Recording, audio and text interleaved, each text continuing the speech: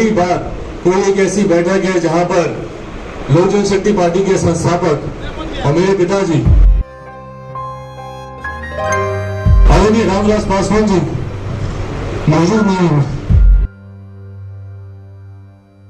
नमस्कार, आप लाइव बिहार देख रहे हैं। मैं हूं अक्षय आनंद। आज चिराग पासवान के नेतृत्व में लोजपा की एक अहम बैठक हुई, जिसमें चिराग पासवान ने यह संकल्प लिया कि पार्टी को अब 24 लाख वोट से 1 करोड़ वोट तक कैसे ले जाया जाए, इस पर मंथन हुआ। साथ ही आने वाले चुनावों में किसके साथ गठबंधन करना है, किसके साथ नहीं, इस पर बातें हुई। पार्टी के तमाम नेता और बड़े नेता इस अवसर पर मौजूद रहे और उन्होंने भी अपने विचार पार्टी के संगठनात्मक विस्तार और आने वाले चुनावों को लेकर रखे।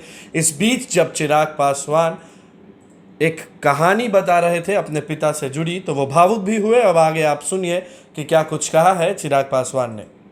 मेरे लिए एक भावुक क्षण भी है, एक भावुक लम्हा भी है।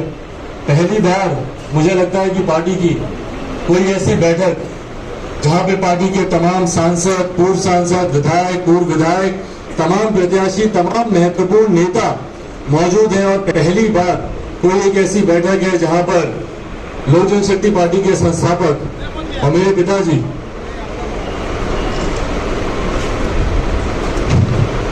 आदरणीय रामविलास पासवान जी मौजूद नहीं है। चुनाव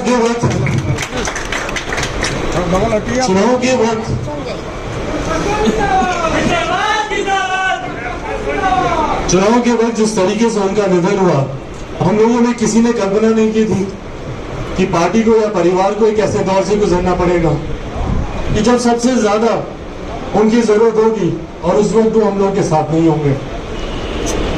परमवीर का उदाहरण है, जिस वक्त उनका निधन हुआ, मेरे पास उस वक्त से 2 विकल्प मौजूद थे। या तो मैं टूट जाता, मैं हार जाता और अपने हाथ खड़े कर देता कि भैया अब मुझसे संभव नहीं है। मुझे लगता है हर कोई इस पीड़ा को समझ सकता है कि एक पिता का ना रहना या एक पिता का साया एक पुत्र के लिए कितना महत्वपूर्ण होता है, उसके क्या मायने होते हैं। और एक ऐसे क्षण पे पिता का जाना जब आप अपनी जिंदगी का शायद सबसे महत्वपूर्ण जंग लड़ने जा रहे हो, उस वक्त उनका नहीं होना,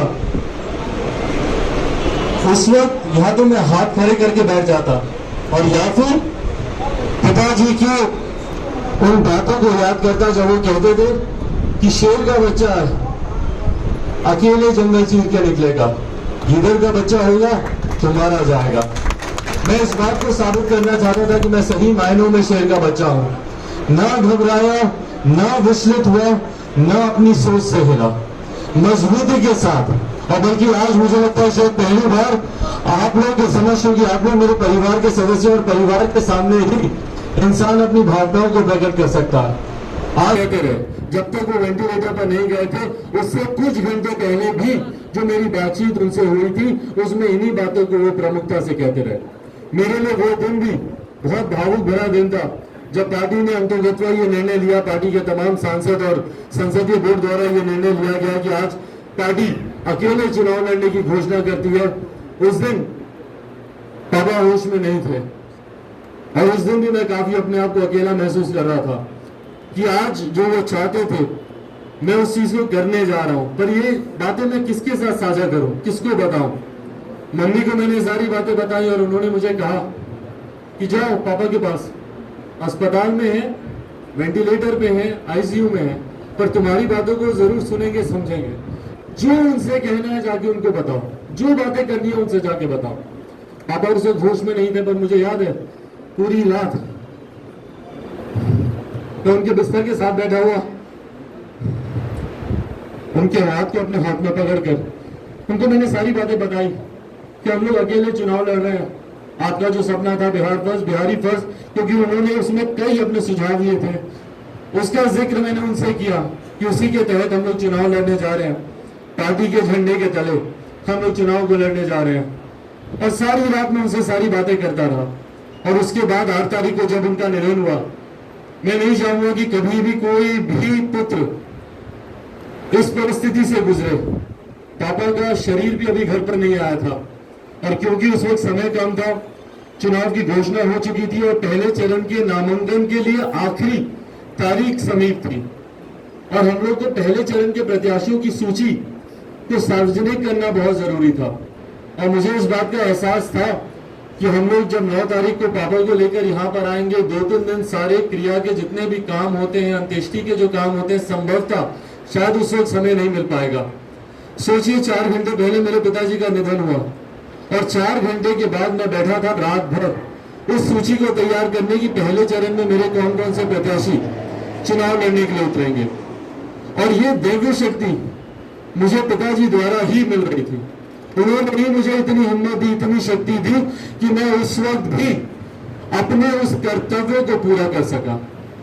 अपने कर्तव्य की राह पर ना हल्का सा भी विचलित हुआ, ना लड़खड़ाया और मजबूती से ना सिर्फ मैंने उस कार्य को पूरा किया बल्कि उस पूरे महीने एक तरफ जहां मैं अपने पिताजी के क्रिया के कार्यक्रमों को पूरा कर रहा था, तो वहीं मजबूती से डिजिटल माध्यम से हो, वर्चुअल माध्यम से हो, जनता तक अपनी बातों को पहुंचाने का भी प्रयास कर रहा था।